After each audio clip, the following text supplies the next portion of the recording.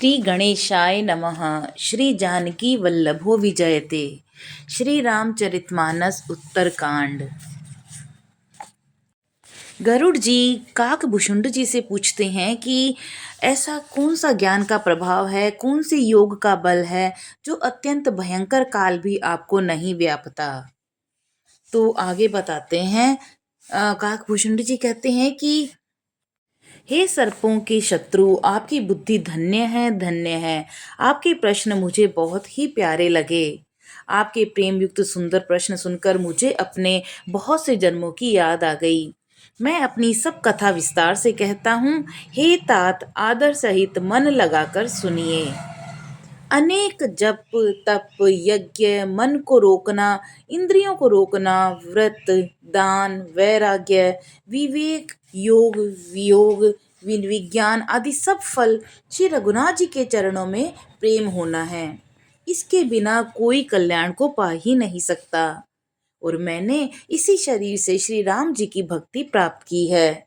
इसी से इस पर मेरी ममता भी बहुत अधिक है। जिससे अपना कुछ स्वार्थ होता है उस पर सभी कोई प्रेम करते हैं।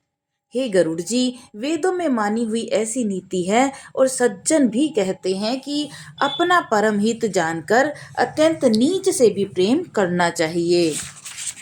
रेशम के कीड़े से होता है, उससे सुंदर रेशमी वस्त्र बनते हैं।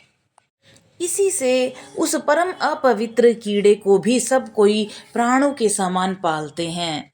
जीव के लिए सच्चा स्वार्थ यही है कि मन वचन कर्म से श्री राम जी के चरणों में प्रेम हो। वही शरीर पवित्र और सुंदर है जिस शरीर को पाकर श्री रघुवीर जी का भजन किया जाए। जो श्री राम जी के विमुख है, यदि वह ब्रह्मा के समान शरीर पा जाए तो भी कवि और पंडित उसकी प्रशंसा नहीं करते। इसी शरीर से मेरे हृदय में राम भक्ति उत्पन्न हुई और इसी से हे स्वामी, यह मुझे परम प्रिय है। मेरा मरण अपनी इच्छा पर है, परंतु फिर भी मैं यह शरीर नहीं छोड़ता, क्योंकि वेदों ने वर्णन किया है कि शरीर के बिना भजन नहीं होता। पहले मोह ने मेरी बड़ी दुर्दशा की। श्री राम जी के विमुख होकर मैं कभी सुख से नहीं सोया। अनेकों जन्मों में मैंने अनेकों प्रकार के योग जप तप यज्ञ दान आदि कर्म किए। हे गरुड़ जी, जगत में ऐसी कौन सी योनि है जिसमें मैंने बार बार घूम फिरकर जन्म न लिया हो।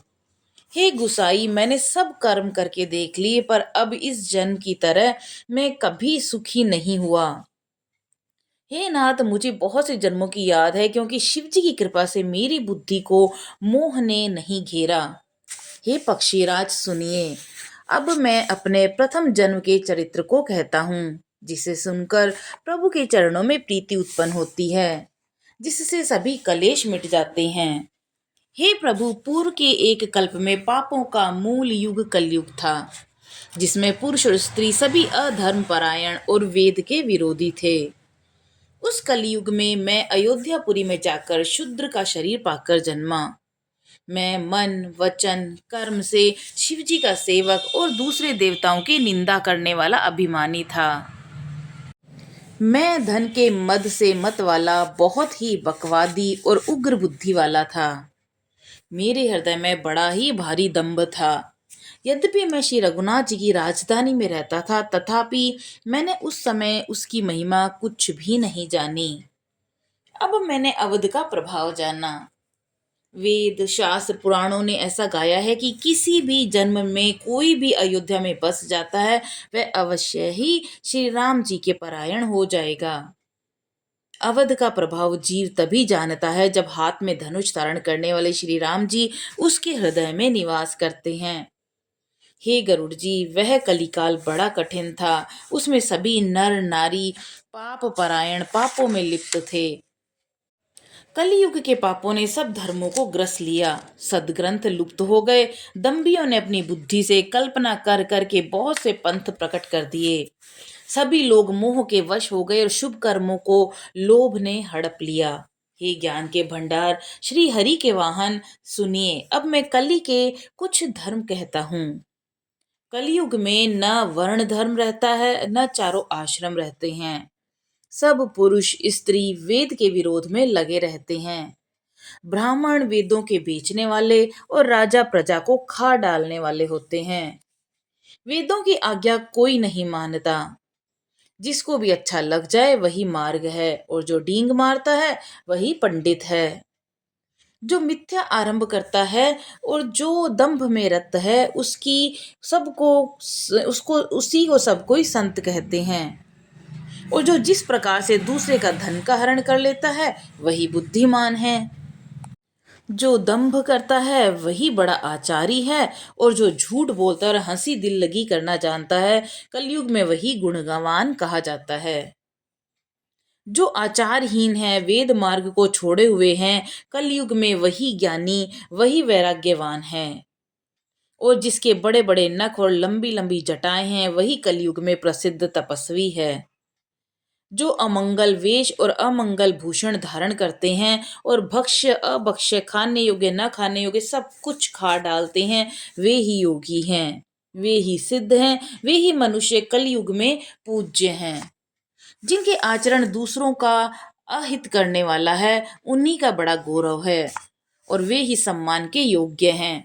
जो मन वचन कर्म से झूठ बकने वाले हैं वे ही कलयुग में वक्ता माने जाते हैं। हे गोसाई, सभी मनुष्य स्त्रियों के विशेष वश में हैं, और बाजीगर के बंदर की तरह उन्हें नचाए नाचते हैं। ब्राह्मणों को शुद्र ज्ञानोपदेश करते हैं और गले में जनेऊ डालकर कुत्सित दान लेते हैं। सभी पुरुष काम और लोभ में तत्पर क्रोधी होते हैं। देवता ब्राह्मण वेद और संतों के विरोधी होते हैं। अभागिन स्त्रियां गुणों के धाम सुंदर पति को छोड़कर पर पुरुष का सेवन करती हैं।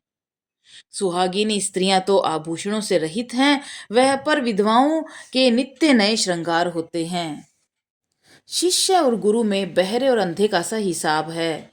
एक शिष्य गुरु के उपदेश को सुनता नहीं, एक गुरु देखता नहीं, उसे ज्ञान दृष्टि प्राप्त ही नहीं है।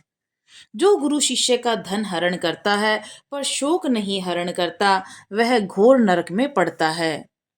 माता पिता बालकों को बुलाकर वही धर्म सिखलाते हैं जिससे कि पेट भरे।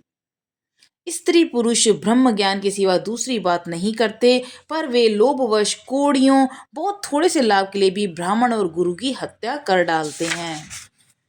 शूद्र ब्राह्मणों से विवाद करते हैं और कहते हैं कि हम क्या तुमसे कम हैं, जो ब्रह्मा को जानता है वही श्रेष्ठ ब्राह्मण है। ऐसा कहकर वे उन्हें डांट कर आंखें दिखलाते हैं। जो पराई स्त्री में आसक्त, कपट करने में चतुर, मोह द्रोह ममता में लिपटे हुए हैं, वे ही मनुष्य अभेदवादी ब्रह्मा और जीव को एक बताने वाले ज्ञानी हैं। मैंने उस कलयुग का यह चरित्र देखा है। वे स्वयं तो नष्ट हुए ही रहते हैं, जो कहीं सन्मार्ग का प्रतिपालन करते हैं उनको भी वे नष्ट कर देते हैं। जो तर्क करके वेद की निंदा करते हैं वे लोग कल्प कल्प भर एक एक नरक में पड़े रहते हैं। तेली कुम्हार चांडाल भील कोल कलवार आदि जो वर्ण में नीचे हैं, स्त्री के मरने पर और घर की संपत्ति नष्ट हो जाने पर सिर मुंडाकर सन्यासी हो जाते हैं। वे अपने को ब्राह्मणों से पुचवाते हैं और अपने ही हाथों दोनों लोक नष्ट करते हैं। ब्राह्मण अपढ़ लोभी कामी आचारहीन मूर्ख और नीची जाति की व्यभिचारिणी स्त्रियों के स्वामी होते हैं। शूद्र नाना प्रकार के जप तप व्रत करते हैं और ऊंचे आसन पर बैठकर पुराण कहते हैं। सब मनुष्य मन माना आचरण करते हैं। अपार अनीति का वर्णन किया ही नहीं जा सकता। कलयुग में सब लोग वर्ण संकर और मर्यादा से च्युत होते हैं। वे पाप करते हैं और उनके फलस्वरूप दुख भय रोग शोक और प्रिय वस्तु का वियोग पाते हैं। वेद सम्मत वैराग्य और ज्ञान से युक्त जो हरि भक्ति का मार्ग है, मोहवश मनुष्य उस पर नहीं चलते और अनेकों नए नए पंथों की कल्पना करते हैं। सन्यासी बहुत धन लगाकर घर सजाते हैं, उनमें वैराग्य नहीं रहा, उसे विषयों ने हर लिया। तपस्वी धनवान हो गए और गृहस्थ दरिद्र हो गया। हे तात, कलयुग की लीला कुछ भी नहीं कही जा सकती।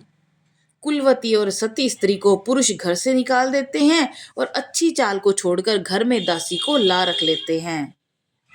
पुत्र अपने माता पिता को तभी तक मानते हैं जब तक स्त्री का मुंह नहीं दिखाई पड़ा। जब से ससुराल प्यारी लगने लगी, तब से कुटुंबी शत्रु रूप हो गए।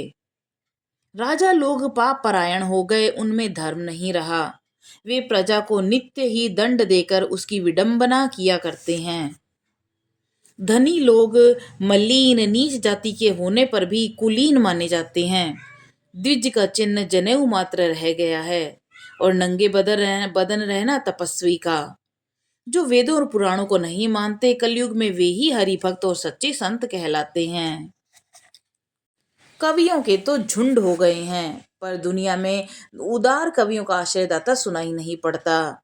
गुण में दोष लगाने वाले बहुत हैं, पर गुणी कोई भी नहीं। कलयुग में बार बार अकाल पड़ते हैं, अन्न के बिना सब लोग दुखी होकर मरते हैं। हे पक्षीराज गरुड़ जी, सुनिए। कलयुग में कपट, हट, दंभ, द्वेष, पाखंड, मान, मोह और काम आदि मद ब्रह्मांड में भर में व्याप्त हो जाता है।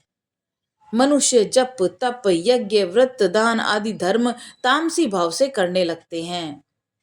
देवता पृथ्वी पर जल नहीं बरसाते और बोया हुआ अन्न उगता नहीं।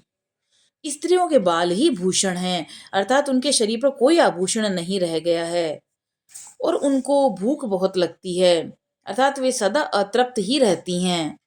वे धनहीन और बहुत प्रकार की ममता होने के कारण दुखी रहती हैं, और वे मूर्ख सुख चाहती हैं, पर धर्म में उनका प्रेम नहीं है। बुद्धि थोड़ी है और कठोर है, उनमें कोमलता नहीं है। मनुष्य रोगों से पीड़ित है, सुख कहीं नहीं है। बिना ही कारण अभिमान और विरोध करते हैं। 10-5 वर्ष का थोड़ा सा जीवन है, परंतु घमंड ऐसा मानो प्रलय होने पर भी उनका नाश नहीं होगा। कली काल में मनुष्य को अस्त व्यस्त कर डाला। कोई बहन बेटी का भी विचार नहीं करता। लोगों में न संतोष है, न विवेक है, न शीतलता है।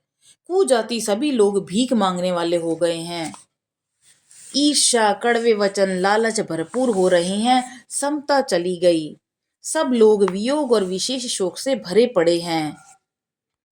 वर्णाश्रम धर्म के आचरण नष्ट हो गए हैं। इंद्रियों का दमन, दान, दया, समझदारी किसी में नहीं रही। मूर्खता और दूसरों को ठगना बहुत अधिक बढ़ गया। स्त्री पुरुष सभी शरीर के ही पालन पोषण में लगे रहते हैं। जो पराई निंदा करने वाले हैं, जगत में वे ही फैले हैं। तो हे सर्पों के शत्रु गरुड़ जी, सुनिए। कलिकाल पाप और अवगुणों का घर है, किंतु कलयुग में एक गुण भी बड़ा है कि उसमें बिना ही परिश्रम भव बंधन से छुटकारा मिल जाता है। सतयुग, त्रेता युग, द्वापर में भी जो गति पूजा यज्ञ से, योग से प्राप्त होती है, वही गति कलयुग में लोग केवल भगवान के नाम से पा जाते हैं। बोलो सियावर रामचंद्र जी की जय। पवन सुत हनुमान जी की जय।